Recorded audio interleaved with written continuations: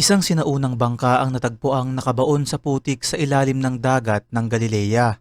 Mahigit 2,000 taon itong nakatago, walang nakakaalam na naroon ito, walang nakakita rito sa loob ng maraming siglo, ngunit nang ito ay mahukay noong 1986, nagsimulang mabuo ang isang nakakagulat na posibilidad.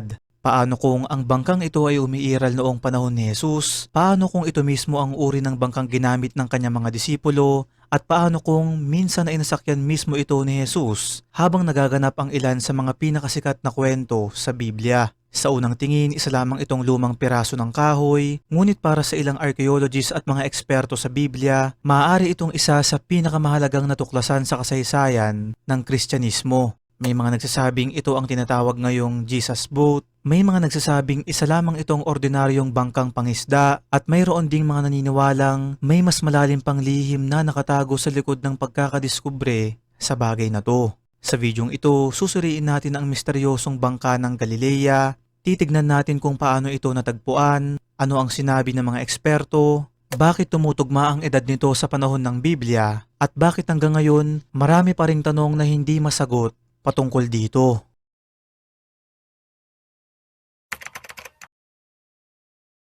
Bago natin maintindihan ang kahalagahan ng bangkang to, kailangan muna nating puntahan ang lugar kung saan ito natagpuan, ang dagat ng Galilea. Ito ay kilala ngayon bilang Lake Tiberias o Sea of Tiberias. Isa ito sa pinakamahalagang lokasyon sa buong Biblia. Dito isinagawa ni Jesus ang marami sa kanyang mga himala, dito siya nangaral, dito rin niya tinawag ang ilan sa kanyang mga disipulo upang sumunod sa kanya. Sa katunayan, karamihan sa mga disipulo ni Jesus ay mga mangingisda. Sina Pedro, Andres, Santiago at Juan ay nangingisda sa dagat na ito bago sila naging mga tagasunod ni Kristo. Araw-araw silang gumagamit ng mga bangka upang mangisda, at sa parehong dagat na ito, naganap ang ilan sa mga pinakakilalang kwento sa Biblia. Ang pagpapakalma ni Jesus sa bagyo, ang himalang pagdami ng isda, ang paglalakad niya sa ibabaw ng tubig, at ang maraming pagtawid niya mula sa isang pampang patungo sa isa pa. Kaya nang may matagpo ang sinaunang bangka sa mismong dagat na ito, agad itong naging sentro ng interes ng buong mundo.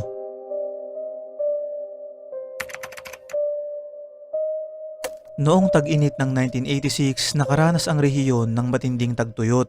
Bumaba ng husto ang lebel ng tubig sa dagat ng Galilea, at dahil dito, maraming bahagi ng dating ilalim ng lawa ang lumitaw.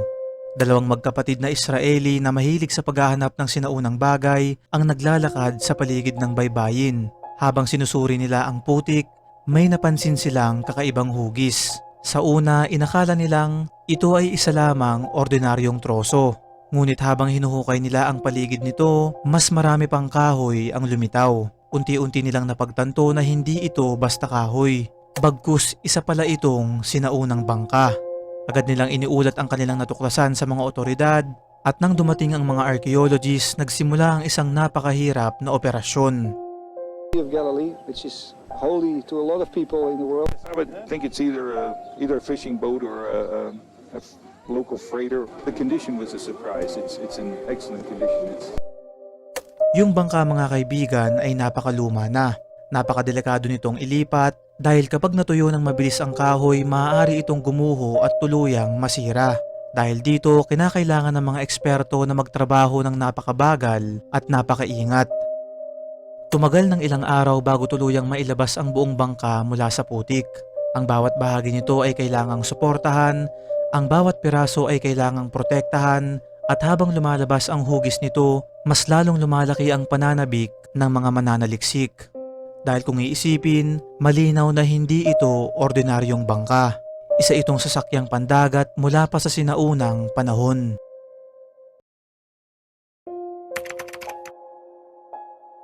Matapos mailigtas ang bangka, nagsimula ang serye ng mga siyentipikong pagsusuri. Isa sa pinakamahalagang tanong ay kung gaano katanda ang bangka. Dito naging napakahalaga, mga kaibigan, ng tinatawag nating carbon dating. Sa pamamagitan ng pagsusuri sa mga materyales mula sa kahoy, sinubukan ng mga siyentipiko na tukuyin kung kailan nga ba ito nagawa, at ang resulta ay nakakagulat.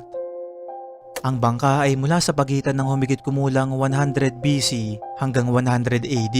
Ibig sabihin, eksaktong sakop nito ang panahon kung kailan nabuhay si Jesus. Hindi ito ilang daang taon bago, hindi rin ito ilang daang taon pagkatapos. Ito ay mula mismo sa panahon ng bagong tipan.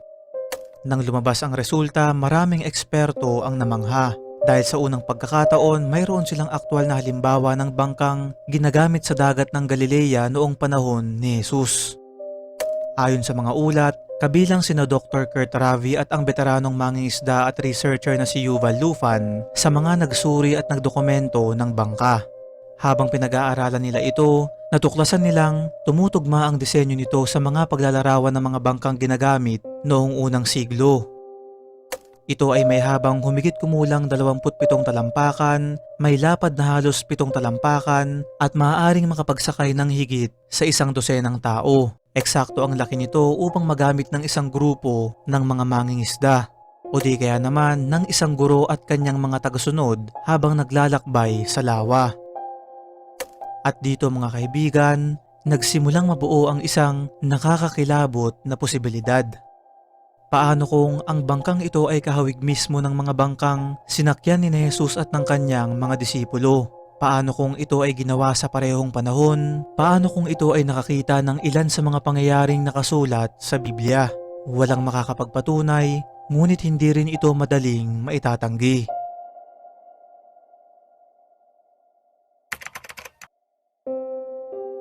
Kalaunan, nagsimulang tawagin ng media ang natuklasang ito bilang The Jesus Boat. Hindi dahil may nakasulat na pangalan ni Jesus dito, hindi dahil may direktang ebidensyang siya ang sumakay dito, kundi dahil ang edad, lokasyon at disenyo nito ay tumutugma sa panahon ng kanyang ministeryo. Maraming mamamahayag ang naging interesado, maraming dokumentaryo ang ginawa, maraming artikulo ang naisulat. Isa sa mga ulat na nakakuha ng atensyon ng publiko ay ang mga artikulong nagtatalakay sa kahalagahan ng bangka bilang isang potensyal na bintana tungo sa mundo ng bagong tipan. Ayon sa ilang biblical archaeology experts, kabilang si Danny Herman na nagbanggit sa mga ulat ng media. Ang bangkang ito raw ay nagbibigay ng pambihirang pagkakataon upang malaman natin kung paano talaga namuhay ang mga tao noong panahon ni Jesus. Sa halip na umasa lamang sa mga guhit at paglalarawan, mayroon na ngayong totoong pisikal na ebidensya mula sa mismong panahong yun. At para sa maraming mananampalataya, sapat na yun upang magdulot ng matinding pananabik. Dito nagsisimulang maging mahiwaga lalo ang kwento. Dahil kung talagang napakahalaga ng natuklasan, bakit hindi ito masyadong kilala ng publiko? Bakit maraming tao ang hindi pa nakakarinig ng tungkol dito? At bakit tila kakaunti lamang ang pag-uusap tungkol sa posibleng koneksyon ng bangkang ito sa mga kwento sa Biblia? May mga conspiracy theories na nagsasabing sinadya umanong limitahan ang atensyon dito upang maiwasan ang kontrobersya. Ngunit mayroon ding mga eksperto na nagsasabing walang pagtatakip na nangyari. Ang dahilan lamang ay dahil walang direktang ebidensyang nagpapatunay na kay Jesus nga talaga ang bangkang ito.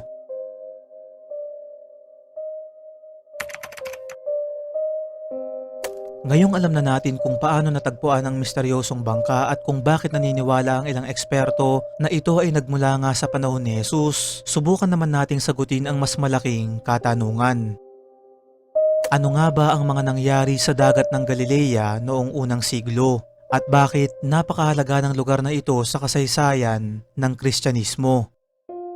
Mga kaibigan, sa tuwing binubuksan ng mga eskolar ang bagong tipan, paulit-ulit nilang nakikita ang pangalang Galilea. Dito ginugol ni Jesus ang malaking bahagi ng kanyang ministeryo, dito siya nagturo sa mga tao, dito siya nagpagaling ng mga may sakit, at dito rin nangyari ang ilan sa mga pinakasikat na himala sa buong Biblia.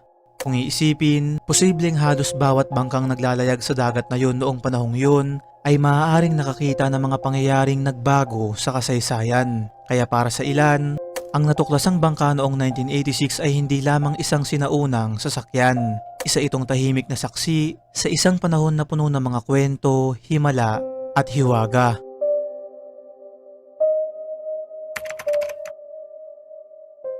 Isa sa mga pinakatanyag na kwento sa Biblia ay ang pagpapakalma ni Jesus sa isang malakas na bagyo. Ayon sa Ebanghelyo, isang gabi ay tumawid si Jesus at ang kanyang mga disipulo sa dagat ng Galilea sakay ng isang bangka. Habang sila ay nasa gitna ng lawa, bigla raw dumating ang isang napakalakas na unos. Lumalaki ang mga alon, humahampas ang tubig sa bangka at nanganganib na itong lumubog. Ang nakakagulat, habang ang lahat ay natatakot, si Jesus ay natutulog. Nagising lang siya ng kanyang mga disipulo at sinabi nilang malapit na silang mamatay. Dahil dito, tumayo si Jesus at iniutos sa hangin at alon na tumigil. At ayon sa kwento mga kaibigan, agad-agad na kumalma ang dagat. Hanggang ngayon, isa ito sa mga pinakakontrobersyal na himala sa Biblia. May mga naniniwalang ito ay literal na nangyari, may mga nagsasabi namang simboliko lamang yung kwento. Ngunit para sa mga arkeologo, may isang detalyeng mahalaga. Ang dagat ng Galilea ay kilalang kilala sa mga biglaang bagyo. Dahil napapalibutan ito ng mga burol at bundok, maaaring bumaba ang malamig na hangin ng napakabilis. Kapag nangyari ito, maaaring magkaroon ng malakas na alon sa loob lamang ng ilang minuto. At kahit sa modernong panahon, nangyayari pa rin ang bagay na to. Ibig sabihin, ang kwento ng bagyo ay may tunay na batayang geographical. At kung ang natuklasang bangka ay talagang ginagamit noong panahong yun, posible itong nakaranas ng kaparehong kondisyon.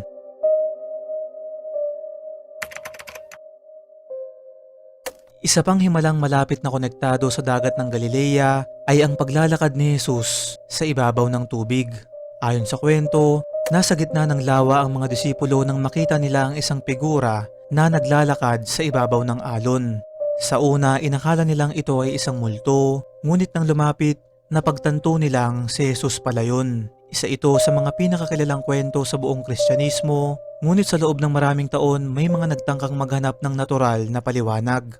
May ilang mananaliksik na nagmungkahing maaaring may manipis na bahagi ng yelo sa ibabaw ng tubig sa isang pambihirang kondisyon ng panahon. May ilan namang nagsasabing maaaring optical illusion lamang ang nangyari. Subalit karamihan sa mga eksperto ay naniniwalang walang sapat na ebidensya para suportahan ang mga teoryang to. Sa huli, nananatili itong isang usaping nakabatay sa pananampalataya. Gayunpaman, para sa mga conspiracy researchers, nakaka-interes na halos lahat ng pangunahing kwento tungkol sa bangka at sa dagat ay nakapalibot sa mga pangyayaring mahirap ipaliwanag.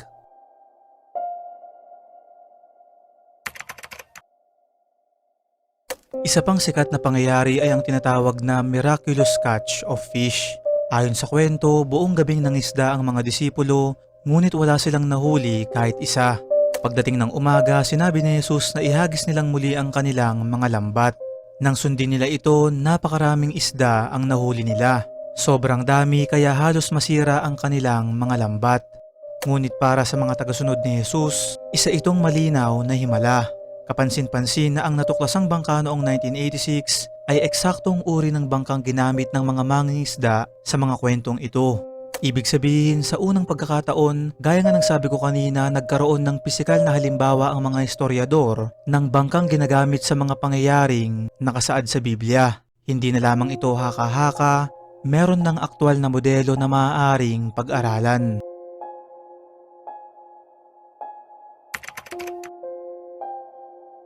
Habang mas maraming eksperto ang nagsusuri sa natuklasan, napagtanto nila na ang kahalagahan nito ay hindi lamang relihiyoso. Mahalaga rin ito sa kasaysayan. Ang bangka ay nagsilbing time capsule, isang kapsula ng panahon na nagpapanatili ng impormasyon tungkol sa buhay ng mga tao 2,000 taon na ang nakalipas.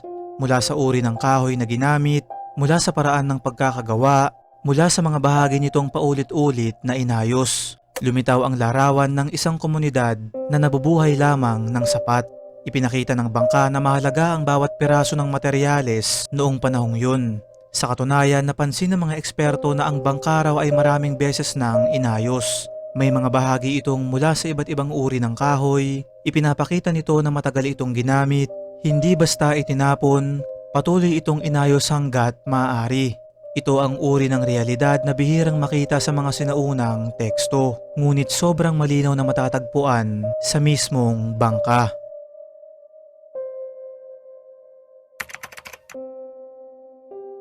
Dahil sa kahalagahan nito, maraming dokumentaryo ang ginawa tungkol sa natuklasan.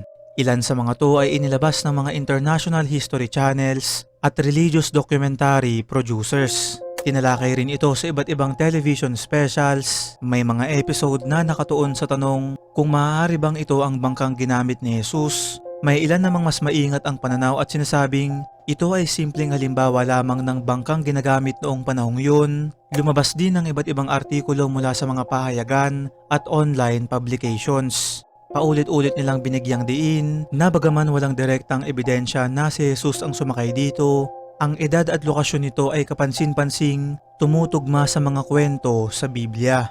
At para sa marami, sapat na yun upang manatiling buhay ang hiwaga.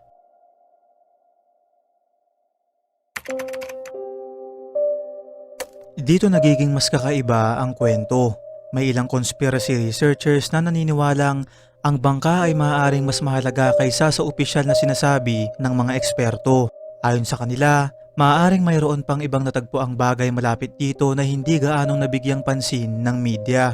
Wala silang matibay na ebidensya, ngunit ginagamit nila bilang argumento ang kakaunting impormasyon na lumabas sa mga unang taon matapos ang pagkakadiskubre. May ilan ding naniniwalang ang bangka ay maaaring bahagi ng mas malaking archaeological site na hindi pa ganap na nahuhukay. Kung totoo man to, posible raw na mayroon pang ibang sinaunang bagay na nakatago sa ilalim ng putik ng Galilea. May mga nagsasabing maaaring may mga artifact na direktang konektado sa mga unang Kristiyano, ngunit hanggang ngayon wala pang natatagpo ang matibay na patunay para dito. Gayunpaman, tulad ng maraming hiwaga sa kasaysayan, ang kakulangan ng kasagutan ang siyang nagpapatuloy sa mga haka-haka. Ngunit anuman ang katotohanan, hindi natin maikakaila na ang natuklasang bangka noong 1986 ay isa sa mga pinakakamangha-manghang archaeological discoveries na may kaugnayan sa mundo ng Biblia. At marahil sa ilalim pa rin ng tubig ng dagat ng Galilea, may iba pang lihim na naghihintay lamang matuklasan. Kung nagustuhan nyo ang videong ito, huwag kalimutang mag-like, subscribe, at pindutin mo na rin ang notification bell para sa mas marami pang hiwaga, kasaysayan, conspiracy theories, at mga kwentong hanggang ngayon ay hindi pa rin ganap na naipapaliwanag. Ano't ano pa man mga kaibigan ay wala pa rin sino man sa atin ang nakakalam kung totoo ba to o hindi. Kaya nga sa atin ito lang ay isang hiwaga.